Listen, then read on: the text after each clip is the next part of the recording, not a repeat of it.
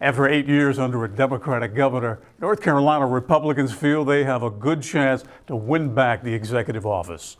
The candidates they have running could not be more different, giving voters a clear choice. Mark Robinson has rallied Republicans around him through his posts on social media, appearances at local churches, and delivering speeches on national TV. But at the same time, he has also alienated many voters: Jews, women, the LGBTQ community, and liberals.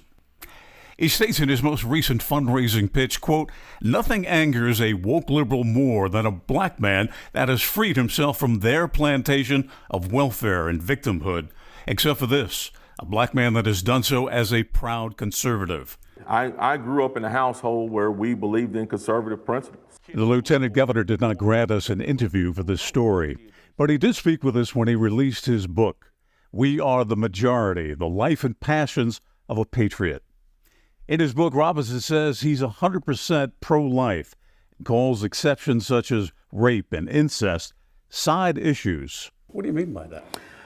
You know, Bill, I'm going to be completely honest with you.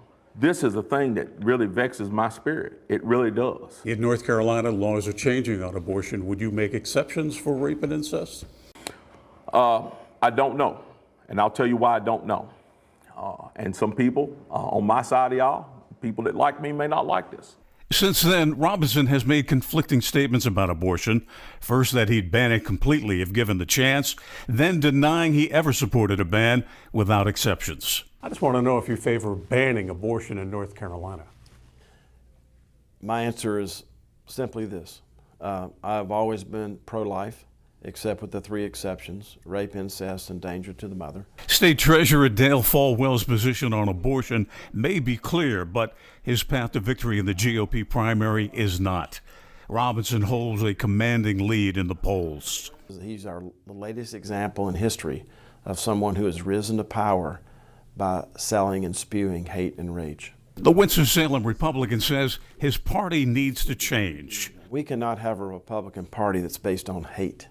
It needs to be based on hope. We can't have a Republican Party that tells half the population that they don't want their vote. Folwell notes that he earned more votes than Donald Trump in the past two elections as one example that he can win in 2024. I'm the first Republican to ever be endorsed for the governor's race by the State Employees Association. We checked that statement and found that Folwell's actually the second Republican endorsed by the Employees Association for governor.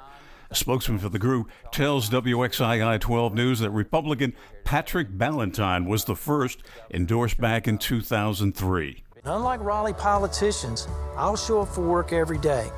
I built my career on winning tough fights, and I'll beat the radical left in November. The third Republican in the GOP primary is Bill Graham, a Salisbury attorney. Graham ran for governor in 2008, finishing a distant third in the GOP primary. His current campaign is best known for his pledge to spend $5 million of his own money on the race. The candidate did not grant WXII 12 News an interview. Pat McCrory was the state's last Republican governor. He served one term before losing to Governor Roy Cooper. Bill O'Neill, WXII 12 News.